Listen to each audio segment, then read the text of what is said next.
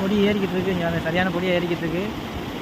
அதே சமயத்தில் ஒரு பெரிய சிலேப்பி ஒன்று மாட்டியிருக்குங்க. பாருங்க வர்ற மீன் எடுக்க பெரிய சிலேப்பி மிச்சம் பண்ணிக்காங்க பாருங்க. அந்த இடத்துல மாட்டியிருக்கு.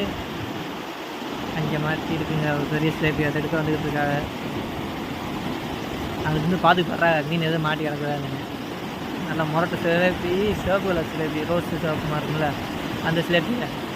எதை பார்த்தாலே வீடியோக்கு நல்லா தெரியுது. நல்லா அழகாக இருக்குது. இங்கேருந்து பார்க்கும்போது நல்லா அழகாக இருக்குது. அது ரொம்ப பெருசாக இல்லை நார்மலான சிலேப்பியாக தெரியல. இப்போ எடுக்க போகிறாரு. இந்த சைடு இருந்து மீன் இறங்கியிருக்கும். அதனால் எப்படி பார்த்து எடுக்கிறாரா இல்லை விடுறாரான்னு தெரியல. அண்ணே எடுத்துட்டாருங்க. எடுத்துட்டாப்புல சிலேப்பியை ஓடிடணும் பயத்தில் இறங்கிட்டாப்புல.